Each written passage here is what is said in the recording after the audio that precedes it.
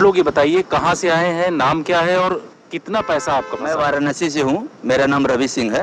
मेरा approximately 1 crore and above है। And मैं अमित शाह जी को थैंक यू अदा करूंगा कि उन्होंने एक पोर्टल लॉन्च किया। अब उम्मीद की किरण दिखी, अब पैसा धीरे धीरे कर कर पूरा पैसा मिल जाएगा। इसके लिए अमित शाह जी को, उनके सहकारिता मंत्रालय को थैंक यू, धन्यवाद। आपका कितना पैसा फंसा हुआ है, कहाँ से आप आए हैं, नाम क्या है?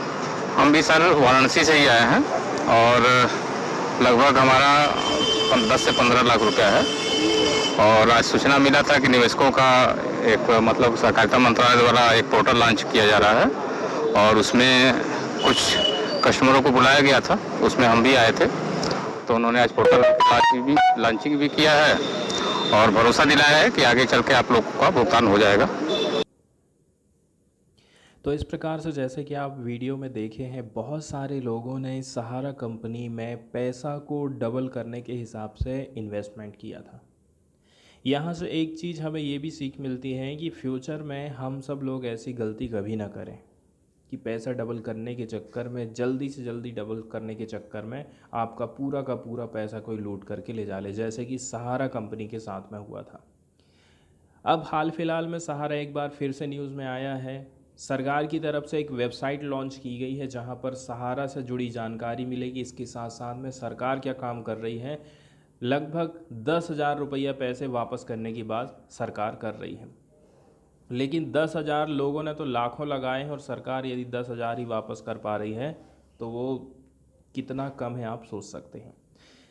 सहारा स्कैम की यदि हम बात करें तो सहारा ग्रुप की 2 कंपनियां इससे जुड़ी हुई हैं। सहारा इंडिया की शुरुआत 1978 में हुई थी। सहारा स्कैम मुख्य रूप से सहारा ग्रुप की 2 कंपनियां Sahara India Real Estate Corporation Limited और Sahara Housing Investment Corporation Limited से जुड़ा हुआ है। बात 30 सितंबर 2009 की है। सहारा ग्रुप की एक कंपनी सहारा प्राइम टाइम सिटी ने अपने आईपीओ के लिए सेबी में आवेदन दाखिल किया था। डीआरएचपी में कंपनी से जुड़ी सारी अहम जानकारी होती है। जब सेबी ने इस डीआरएचपी का अध्ययन किया तो सेबी को सहारा ग्रुप की 2 कंपनियों को की पैसा जुटाने की प्रक्रिया में कुछ गलती दिखाई दी। ये 2 कंपनियां SHICL और SIRCL ही थी। OFCD के जरिए बहुत सारे इन्वेस्टर से उन्होंने लगभग 24,000 करोड़ रुपया जुटा लिया था।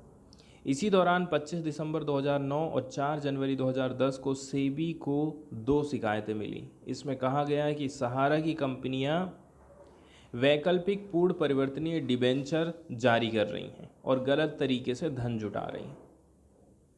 इन्होंने एक तो पैसे जुटाने चालू कर दिए, इतनी ज़्यादा अमीर हो गई कि ये खुद से जो है डिबेंचर जारी करना चालू कर दे रही हैं।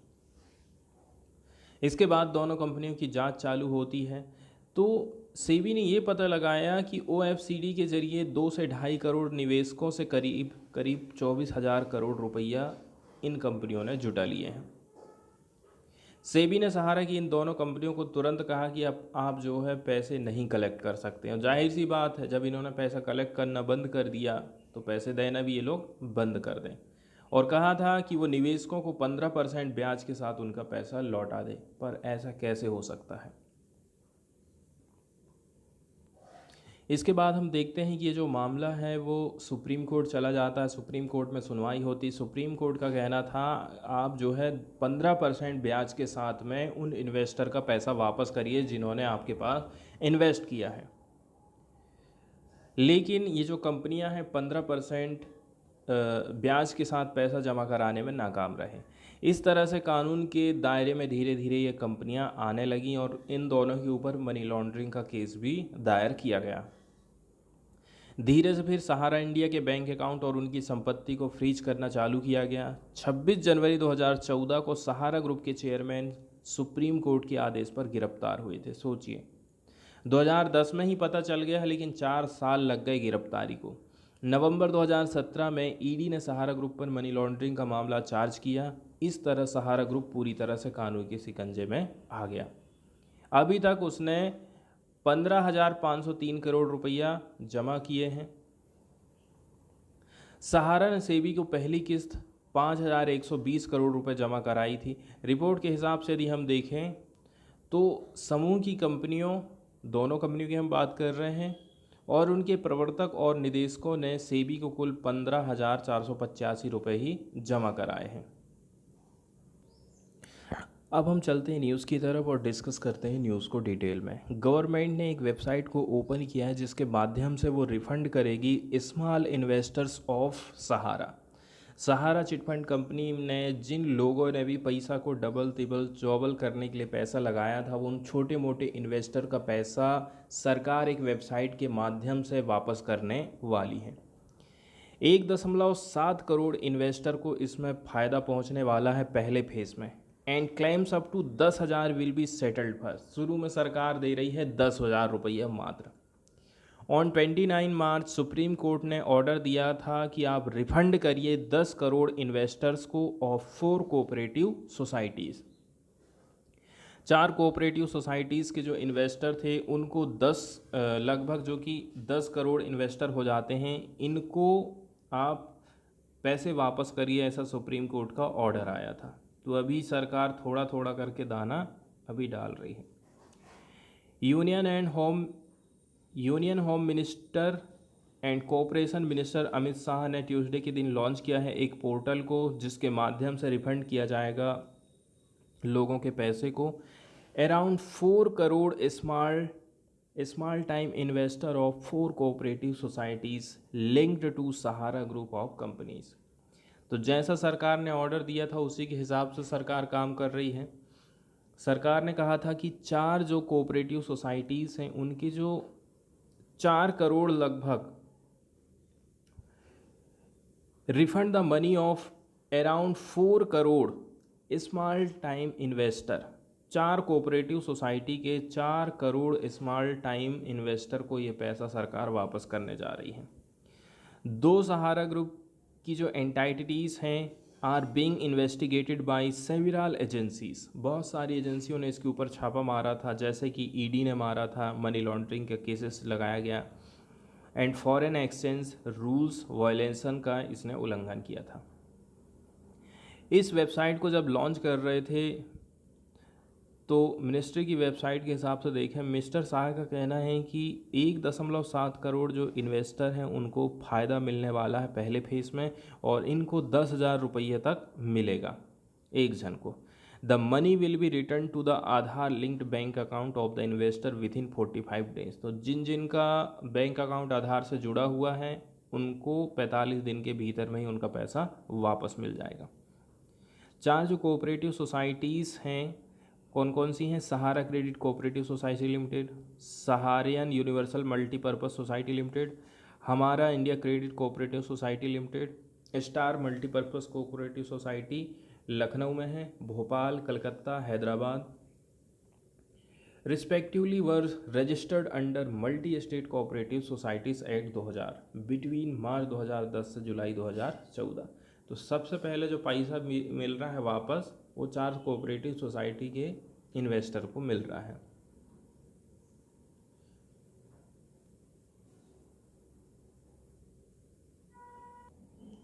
इसके बाद सीधे चलते हैं एडिटोरियल वाले पेज की तरफ और देखते हैं पहला एडिटोरियल जो कि फ्रांस और इंडिया के रिलेशनशिप को बताता है। यहाँ पर हमें एक वर्ड देखने को मिलता है स्ट्रेटजिक पार्टनरशिप। स्ट्रेटजिक पार्टनरशिप जो होती है 2 देशों के बीच में, चूँकि क्लियरली तरीके से नहीं डिफ़ाइन किया जाता है इस टर्म को, इसको हम समझ सकते हैं as a bilateral partnership. Strategic partnership मतलब bilateral partnership.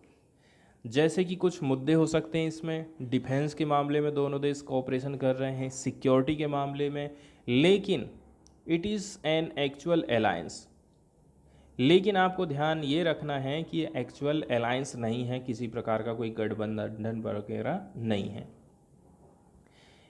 It is a relationship more important than other. ये दोनों देशों के बीच में यदि स्ट्रेटजिक पार्टनरशिप है मतलब आप दूसरे लोगों को तवज्जो नहीं दे रहे हैं, हम दोनों को तवज्जो दे रहे हैं।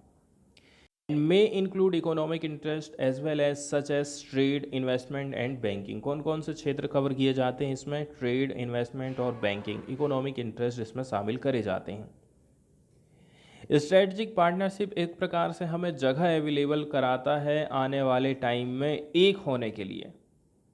कुछ इशू हो सकते हैं, जियोपॉलिटिकल सिनेरियो पर आधारित जो चेंजेस हमको देखने को मिल रहे हैं उस पर आधारित।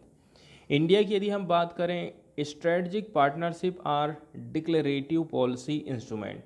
हमारे यहाँ का किस प्रकार से है स्ट्रेटजिक पार्टनरशिप, वो एक डिक्लेरेटिव पॉलिसी इंस्ट्रूमेंट माना जाता है, जिसके माध्यम से हम इंगेज करते हैं दूसरे देश से और कुछ म्यूचुअल इंटरेस्ट वाले मुद्दे यहाँ पर हम उठाते हैं। अब हम सीधे चलते हैं एडिटोरियल की तरफ और डिस्कस करते हैं फ्रांस और इंडिया के रिलेशनशिप को। तो पहली बार इंडिया की जो स्ट्रेटजिक पार्टनरशिप एग्रीमेंट है वो 1998 में फ्रांस के साथ में साइन हुआ था। India put France in what should have been a tough spot, और इंडिया ने फ्रांस को एक काफ़ी कठिन जगह में ला करके खड़ा किया था। Just a few month after French president Jacques Chirac had been the chief guest at the Republic Day parade in Delhi. आप देखते हैं कि 26 जनवरी में हमने फ्रेंच के प्रेसिडेंट को बुलाया था, चिराग को हमारे देश में बुलाया। उस टाइम में हमारे यहाँ के प्राइम मिनिस्टर हुआ करते थे I.K. गुजराल। इन्होंने उस टाइम साइन किया था इंडिया की पहली first ever strategic partnership agreement France के देश के साथ में 1998 में। इसके बाद देखते हैं कि हम जस्ट परमाणु परीक्षण होते हैं। Newly elected prime minister Atal Bihari Vajpayee ने अनाउंसमेंट किया था कि हम जो है न्यूक्लियर टेस्ट कर रहे हैं, कहाँ पर, पोखरण में। मई के महीने में इनका न्यूक्लियर टेस्ट हुआ। इस मामले में पूरी देश दुनिया में भारत की आलोचना हो रही थी। United Nations security council, French diplomat ने ज्वाइन किया था P5 कंट्रीज़ को, जिसमें इस टेस्ट की आलोचना किया जाना था, कंडेमनिंग किया जाना था। लेकिन फ्रांस ने इसको ज्वाइन नहीं किया। But did not join the United State led move to impose sanction on India along with United Kingdom and रसिया।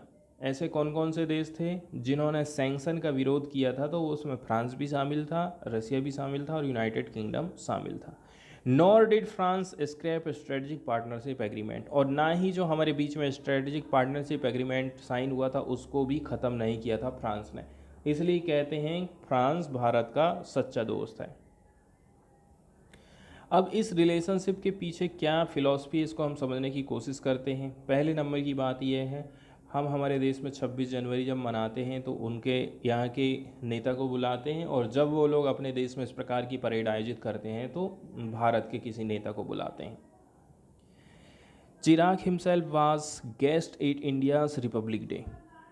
शुरू में आप देखते हैं कि चिराग को हमारे देश में चीफ गेस्ट के रूप में बुलाया गया था।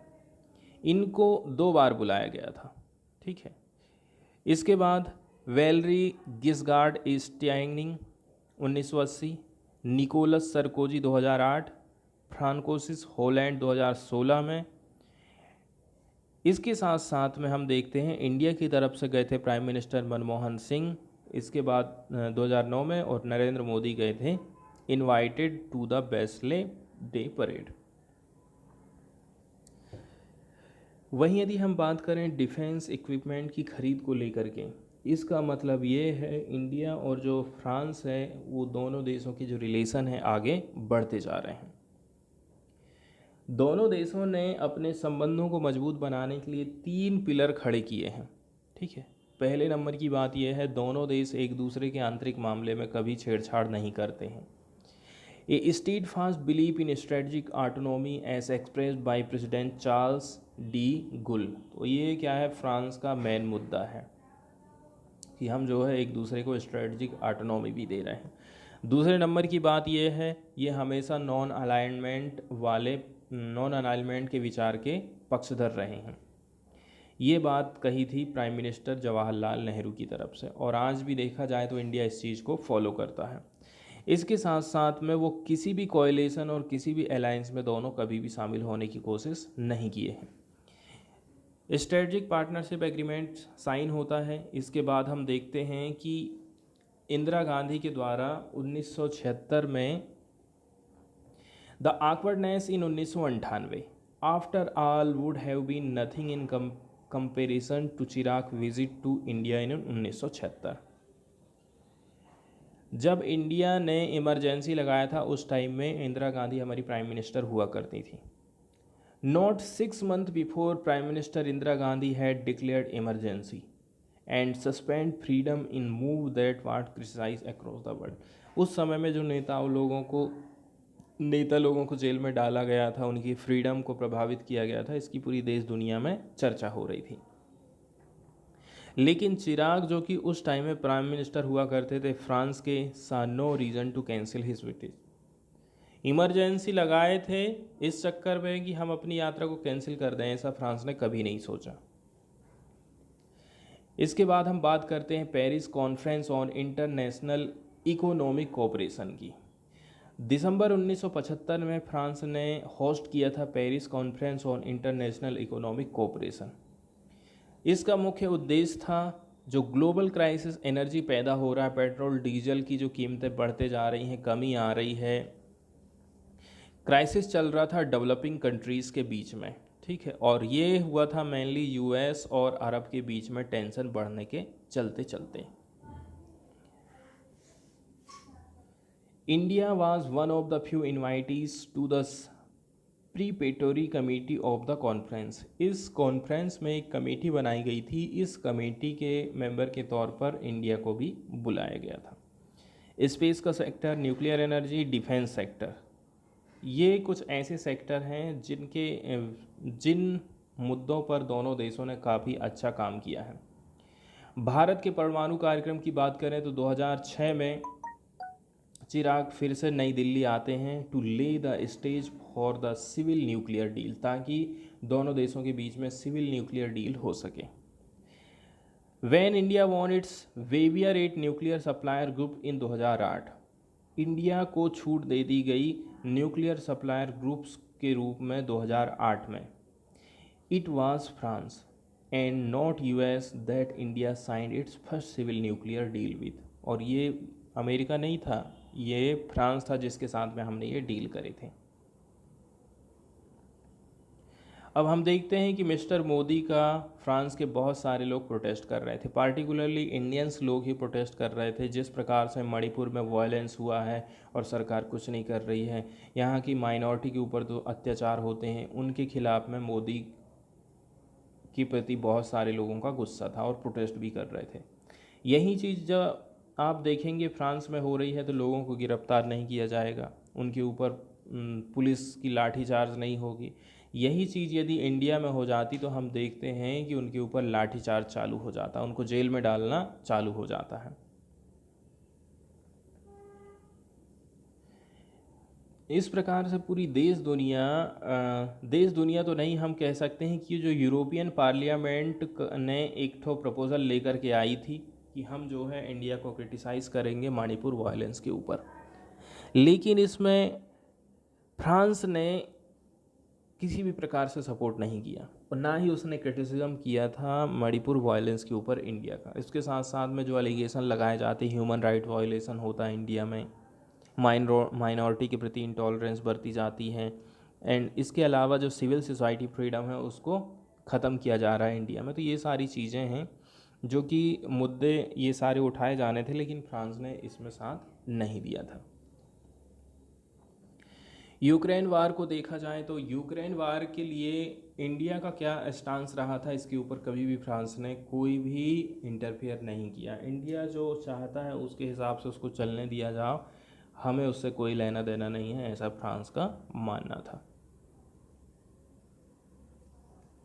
इसके साथ साथ में जो ह्यूमैनिटेरियन एड, इसके लिए दोनों ही देश काम करते रहे। मार्च 2022 में, A month into this war, France co-authored a UN Security Council resolution with Mexico that sought to ensure unhindered humanitarian aid be allowed inside the conflict zone. एक रिजोल्यूशन लेकर के आया गया है जिसमें कहा गया है कि जो कॉन्फ्लिक्ट जोन चल रहा है यहाँ पर हमें कुछ मानवीय सहायता अवेलेबल कराना चाहिए।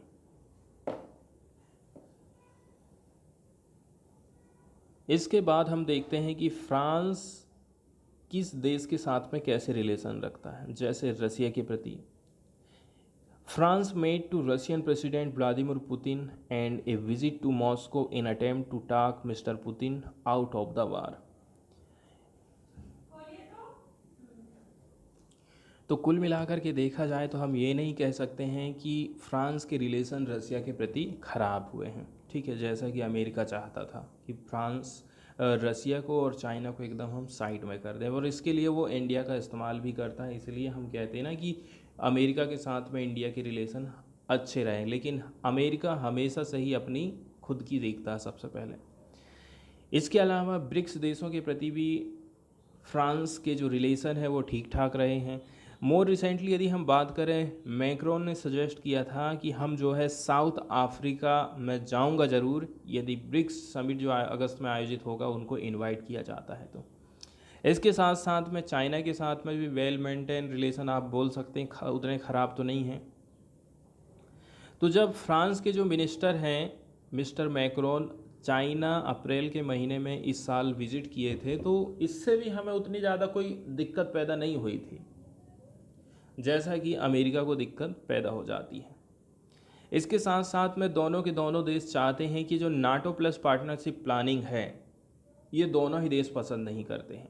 फ्रांस ने डिसअप्रूव कर दिया था North Atlantic Treaty Organisation plus partnership plan को, कि इसमें और नए कंट्रीज़ ऐड हो जाएं या फिर हम इनके साथ में मिलकर के काम करें, तो दोनों ही देश इस चीज़ से मना करते हैं।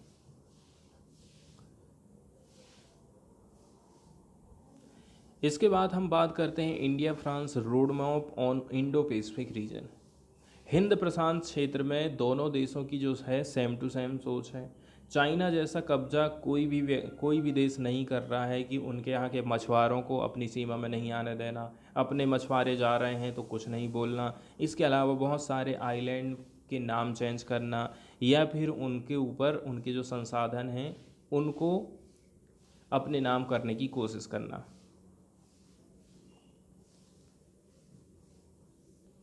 इसके साथ में हम देखते हैं इंडियन नेवी ने कंडक्ट कराया था जॉइंट पेट्रोल। पेट्रोल का मतलब यहाँ पर जो घूम कर, ठीक है, सेफ्टी के हिसाब से जो देख रेख की जाती है जहाज़ों में, उसको यहाँ पर बोला जा रहा है पेट्रोलिंग। फ्रांस केवल एक ऐसा देश है जो कि इंडियन नेवी के साथ में कंडक्ट कराता है joint patrolling. And the future plan could involve the use of French international territories in reunion, new Caledonia and French Polynesia and even India's Andaman island. कौन कौन सी जगह जहाँ पर ये काम हम करने वाले हैं। इसके बाद नेक्स्ट वाला जो एडिटोरियल हम डिस्कस करने वाले हैं वो इंडिया में जीएम क्रॉप से रिलेटेड है, जिनको हम जेनेटिकली मॉडिफाइड क्रॉप बोलते हैं। जेनेटिकली मॉडिफाइड क्रॉप्स हम कहने का मतलब ये है, फसलों में आप कुछ ऐसे गुण ला दे रहे हैं जिसके चलते चलते एक तो घास वगैरह में भी वो उग जाएं, उनमें कीड़े वगैरह ना लगे, इसके साथ साथ में ये लोगों को अच्छा खासा प्रोटीन वगैरह या फिर बाकी के जो पोषक तत्व हैं वो अवेलेबल कराएं। जैसे फोर्टिफाइड राइस के बारे में भी आपने कभी सुना होगा, लेकिन वैज्ञानिक लोग और सुप्रीम कोर्ट हमेशा से इस चीज़ के खिलाफ रहा है, क्योंकि ये वाला जो केस है ना वो सुप्रीम कोर्ट भी गया था, तो इसमें सुनवाई भी हो रही थी सुप्रीम कोर्ट में। तो ये जो जेनेटिकली मॉडिफाइड क्रॉप्स होते हैं जिसमें वैज्ञानिक लोग क्या काम करते हैं, कुछ चेंजेस कर देते हैं उस फसल में और अपने हिसाब से उनके गुणों को ढाला जाता है। लेकिन वहीं देखा जाए तो किसानों के लिए ये ठीक नहीं है, क्योंकि एक तो किसानों को इसमें लागत ज़्यादा आती है, दूसरे नंबर की बात यह है हेल्थ से रिलेटेड इसमें कंसर्न रहते हैं, इसलिए भी वैज्ञानिक लोग इस चीज़ का विरोध करते रहते हैं। तो genetically modified herbicide tolerant mustard की हम बात कर रहे हैं, GMHT मस्टर्ड। शुरू से ही हम देखते हैं कि जो पर्यावरणविद हैं सुप्रीम कोर्ट गए हैं इंडिया के ख़िलाफ़ में अगेंस्ट दिल्ली यूनिवर्सिटीज़ की genetically modified GMHT mustard crops के। Is that stand between GM food and Indian farmers and consumers. तो ये जो लड़ाई झगड़ा चल रहा है वो जीएम फूड के बीच में है, जेनेटिकली मॉडिफाइड फूड के बीच में है, इंडियन फार्मर्स के बीच में लड़ाई झगड़ा चल रहा है और कंज्यूमर, तीनों चीज़ इसमें शामिल हो गए हैं। जीएम क्रॉप अपने आप में थोड़ी सी अलग टाइप की रहती हैं। कन्वेंशनल जो वैरायटी चल रही है किसी भी फसल की, नॉर्मली आप धान की जो वैरायटी देख रहे हैं, हाइब्रिड जो प्रजाति देख रहे हैं, उससे ये थोड़ी अलग रहती है, जिनको डेवलप किया जाता है फार्मर के द्वारा, एग्रीकल्चर रिसर्च के द्वारा एंड कंपनीज़ के द्वारा इनको डेवलप किया जा रहा है। वहीं ये जो जीएम सीड्स होते हैं, इनको बायोटेक्नोलॉजी के जो वैज्ञानिक लोग हैं वो इंसर्ट करते हैं सिलेक्टेड जीन्स को at a random location in the DNA of plant. सोचिए, प्लांट के डीएनए में जीन को इंसर्ट कराया जाता है, तब जाकर के जीएम क्रॉप को ग्रो किया जाता है, डेवलप किया जाता है। उदाहरण के लिए जीएम सरसों को ब्रॉड स्पेक्ट्रम प्लांट किलर या फिर हर्बिसाइड ग्लूफोसिनेट का सामना करने के लिए बदल दिया गया है। यहाँ पर बताया जा रहा है कि सरसों में हमने जीन को इंसर्ट कराए हैं, उसके डीएनए में हम जीन्स भेजे हैं ताकि कुछ कुछ खास गुण उसमें लेकर के हम आ सकें। घास वगैरह जो उगती है उसका वो सामना कर सके कि घास पहले नहीं उगेगी, पहले सरसों ऊपर उग जाएगी, पहले बढ़ जाएगी। इसके माध्यम से हम डेवलप कर सकते हैं हाइब्रिड मस्टर्ड सीड्स को फॉर हायर यील्ड। ज़्यादा पैदावार यदि आपको चाहिए तो हम हाइब्रिड मस्टर्ड के बीज पैदा कर सकते हैं इस विधि के माध्यम से। And farmers growing GM mustard can spray the herbicide to kill all plant except the mustard. इसके बाद किसान लोग क्या काम करेंगे, जो खरपतवार नाशक है उसका छिड़काव करेंगे, पूरा घास मर जाएगा लेकिन आपकी जो सरसों है खेत में खड़ी रहेगी। हमारे देश में जीएम क्रॉप्स किस प्रकार से अवेलेबल है और इसके लिए कौन कौन सा डिबेट दिया जाता है या फिर लड़ाई झगड़ा आखिर होता क्यों है। इंडिया ने हमेशा से ही जीएम क्रॉप को लेकर के डिबेट फेस किया है। पिछले 20 साल की यदि हम बात करें तो पर्यावरणविद है, वैज्ञानिक लोग हैं, राजनीतिक लोग हैं, किसान हैं, कंज्यूमर हैं and higher judiciary have asked probing question about the safety, efficacy, even very necessity of the GM food। हमेशा से इन लोगों ने क्वेश्चन खड़े करे हैं कि ये जो GM फूड है ये कितना सेफ है, कितनी इसकी दक्षता है, कितना ज़रूरी है इसको लेकर के आना। इसके ऊपर हमेशा से ही क्वेश्चन खड़े होते रहे हैं। एग्जाम्पल के तौर पर हम बीटी कॉटन की बात कर लेते हैं। बीटी कॉटन का तो नाम आपने सुना ही होगा। Many have been alarmed by experience with BT cotton. BT cotton से हम बहुत सारी चीज़ सीख सकते हैं, जो कि पहली और केवल जीएम क्रॉप है जिसको अप्रूवल मिला है हमारे देश में। लॉन्ग टर्म के रिसर्च ये सजेस्ट करते हैं कि जो बीटी कॉटन है इसने प्रोवाइडेड किया था क्षणभंगुर बेनिफिट फार्मर्स को। फ्लीटिंग का मतलब होता है थोड़े से टाइम के लिए। कुल मिलाकर के देखा जाए बीटी कॉटन का इस्तेमाल करने से जो कल्टीवेशन की कॉस्ट है, खेती की लागत है, वो बढ़ जाती है, रिस्क बढ़ जाता है। दूसरे ही हाथ में आप देखेंगे कुछ कंपनीज ऐसी हैं जिनको प्रॉफिट मिल रहा है handsomely from the expensive GM seed. कंपनियां फ़ायदा उठा रही हैं, वो महंगे जीएम सीड बेच रही हैं, इसमें किसानों को क्या फ़ायदा होने वाला है। इसके बाद हम देखते हैं गवर्नमेंट ने इंटरवेंशन करी, सुप्रीम कोर्ट का इंटरवेंशन होता है इस मामले के ऊपर। दो जो स्टैंडिंग कमेटी बनाई गई थी पार्लियामेंट की, इंडिपेंडेंटली एंड कंप्रहेंसिवली इन्होंने एग्जामिन किया था जीएम क्रॉप्स एंड फूड का। सुप्रीम कोर्ट ने अपॉइंट किया था टेक्निकल एक्सपर्ट कमेटी, ठीक है, और यहाँ पर किसी ने पब्लिक इंटरेस्ट लिटिगेशन लगाया था, जनहित याचिका लगाई थी। Separately by the non governmental organisation gene campaign and environmentalist Aruna Rodrigues. कौन कौन लोगों ने इस मुद्दे को उठाया था इसको आप देख सकते हैं। दो, एक तो एनजीओ है और दूसरा कोई एक आदमी है। यहाँ पर दो प्रकार की रिपोर्ट हैं जो कि हमें चिंता का कारण बन रही है। पहले नंबर की बात यह है, हमारे देश में एक जो रिपोर्ट प्रस्तुत करी गई थी स्टैंडिंग कमेटी ऑन एग्रीकल्चर 2012 में, इस टाइम में मनमोहन सिंह की गवर्नमेंट हुआ करती थी। एक और जो स्टैंडिंग कमेटी बनाई गई थी science and technology, environment and forest के ऊपर 2017 में नरेंद्र मोदी की सरकार में, इन्होंने जो रिपोर्ट प्रस्तुत करे थे, इससे कुछ चिंताएं हमारे सामने आती हैं। Convergence in risk assessment, risk assessment में हमें कन्वर्जेंस देखने को मिल रहा है। हमारे देश में जो रेगुलेटरी सिस्टम है वो काफ़ी वीक है। Working across an interval of 5 years, the two committees unanimously highlighted major weakness in the regulatory system. हम देखते हैं कि हमारे देश में जो रेगुलेटरी सिस्टम है वो बहुत ज़्यादा कमज़ोर है।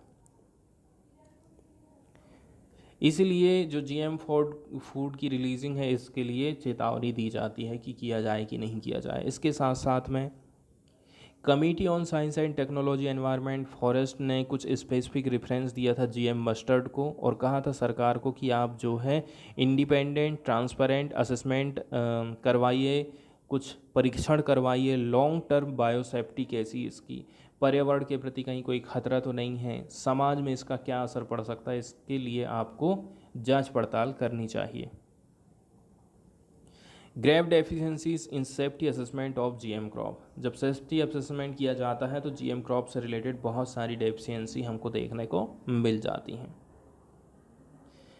यहाँ से ये पता चला है कि ये जो एसटी क्रॉप्स होती हैं ये कम्प्लीटली इंडियन कॉन्टेक्स्ट में बिल्कुल भी लागू नहीं होती हैं। उन्होंने वार्निंग दिया था कि इससे सीरियस हार्म पहुँच सकता है इन्वायरमेंट को, इससे ग्रामीण जनता की रोजी रोटी भी प्रभावित हो सकती है, and sustainable agriculture if they were released, sustainable agriculture भी इससे प्रभावित हो सकता है।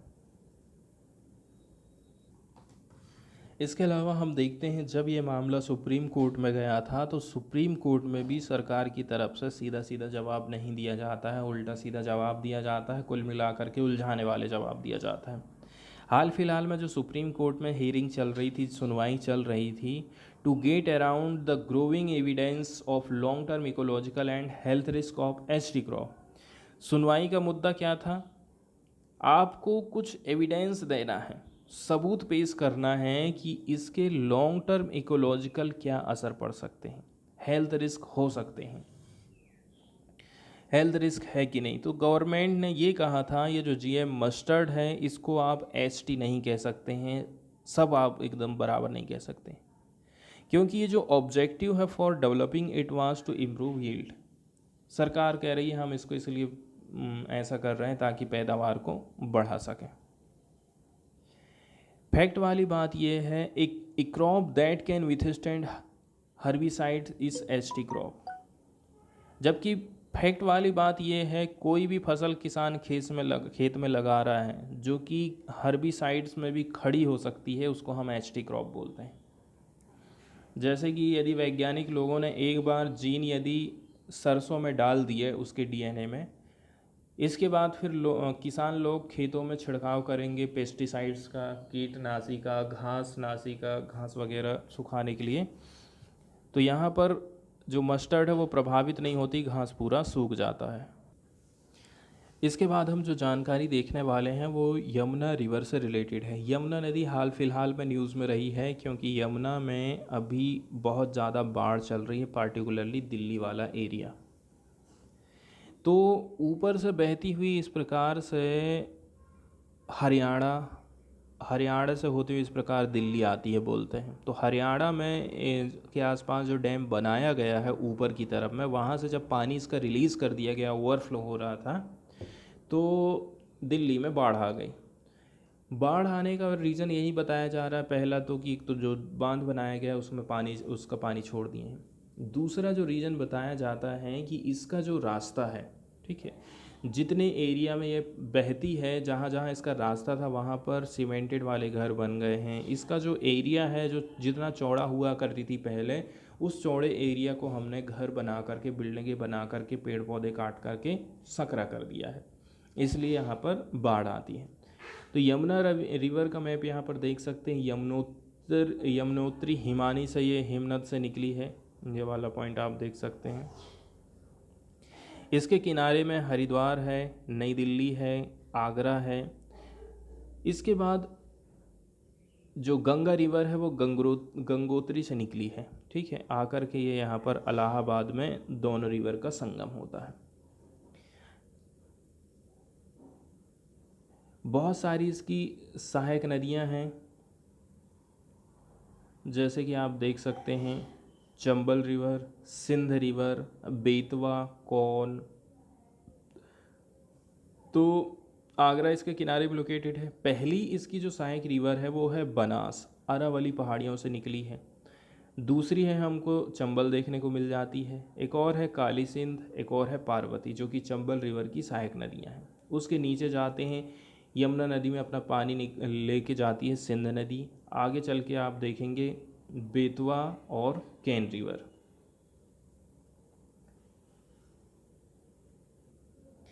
इसके बाद हम चलते हैं आंध्र प्रदेश की तरफ और देख लेते हैं आंध्र प्रदेश की जो रुद्रगिरी की गुफाएं हैं। यहाँ पर आपको रॉक आर्ट देखने को मिलता है, पत्थर में कुछ पेंटिंग बनाई गई हैं। इसके बारे में ये आर्टिकल छपा है। रुद्रगिरी हिलॉक की बात करें, जो कि लोकेटेड हैं विलेज ऑफ ओरवा कल्लू, ठीक है। तो जो रुद्रगिरी की पहाड़ी है जो कि लोकेटेड है, एक गांव पड़ता है ओरा कल्लू अटैचमेंट मंडल। क्या नाम है, ये तो पढ़ते भी नहीं बनता। अचम्पेट मंडल पड़ता है, गुंटूर डिस्ट्रिक्ट है आंध्र प्रदेश में। यहाँ पर हमको बहुत सारी हिस्टोरिकल पास्ट देखने को मिलता है और बहुत सारे आर्कियोलॉजिकल मॉन्यूमेंट भी हमको देखने को मिल जाते हैं। इस साइट में बहुत सारी आकर्षक प्री हिस्टोरिक रॉक पेंटिंग हमको देखने को मिलती हैं, जो कि मेसोलिथिक पीरियड की मानी जाती हैं। यहाँ जो प्री हिस्टोरिक एरा है, प्री हिस्टोरिक एरा हम उसको बोलते हैं जिसके कोई लिखित सबूत मौजूद नहीं है। वहीं यदि हम मेसोलिथिक की बात करें, जिसको हम मध्य पाषाण काल कहते हैं, तो यहाँ पर हमको मध्य पाषाण काल की कुछ पेंटिंग्स देखने को मिल जाती हैं। ये जो मध्य पाषाण का काल है वो यूरोप में अलग है, मिडल ईस्ट में अलग है। यदि मिडल ईस्ट की बात करें तो 20,000 से लेकर के 10,000 ईसा पूर्व हो सकता है, और वहीं 15,000 से 5,000 बीपी है यूरोप में।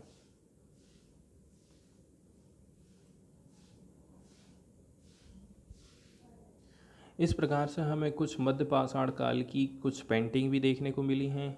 इसके साथ साथ में हमको यहाँ पर उत्कृष्ट आर्टवर्क भी देखने को मिलता है, जब यहाँ पर काकतीय लोगों का राज हुआ करता था। डी कन्ना बाबू फॉर्मर सुपरिटेंडिंग आर्कियोलॉजिस्ट माने जाते हैं टेम्पल सर्वे प्रोजेक्ट के।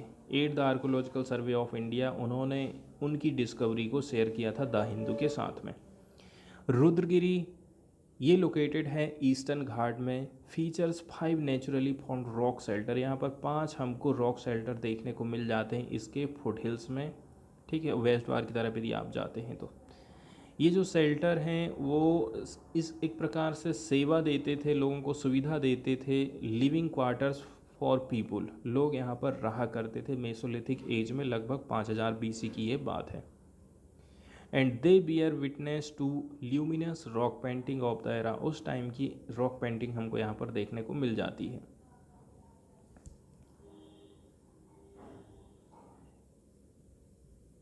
इसके साथ साथ में यहाँ पर हमको एक्सेप्शनल मतलब असाधारण म्यूरल्स का मतलब होता है भित्ति चित्र, हमें देखने को मिलता है कि काकतीय किंगडम में कुछ इनको रिनोवेट किया था।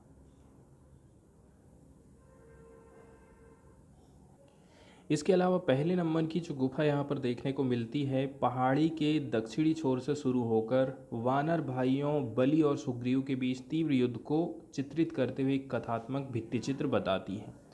बीच वाली जो गुफा है, शंख और अग्निवेदी इनके पवित्र प्रतीक बनाए गए हैं। हनुमान का एक भव्य चित्र है जो कि लोगों का ध्यान आकर्षित करता है। इसमें हनुमान को संजीवनी पहाड़ी ले जाते हुए दिखाया गया है, जो लक्ष्मण के जीवन को बचाने के लिए मिशन का प्रतीक है। वहीं इस प्रकार से जो पिक्चर बनाए गए हैं यहाँ पर काकतीय राजवंशों के द्वारा, ठीक है, तो इससे आप एक चीज़ ये सीख सकते हैं कि ना तो ये उसके ऊपर ओवरराइड कर रही हैं, ना ही इसके ऊपर एकदम सेलेक्ट हो सकती हैं कि ये उसी टाइम पीरियड की रहें, क्योंकि यहाँ जो चित्र बनाए गए हैं ऑलरेडी से पाषाण काल के, वो बहुत पुराने हैं। तो रामायण की आकृतियाँ ना तो मध्य पाषाण कालीन चित्रों पर हावी होती हैं और ना ही उनकी प्राकृतिक सुंदरता को कम करती हैं।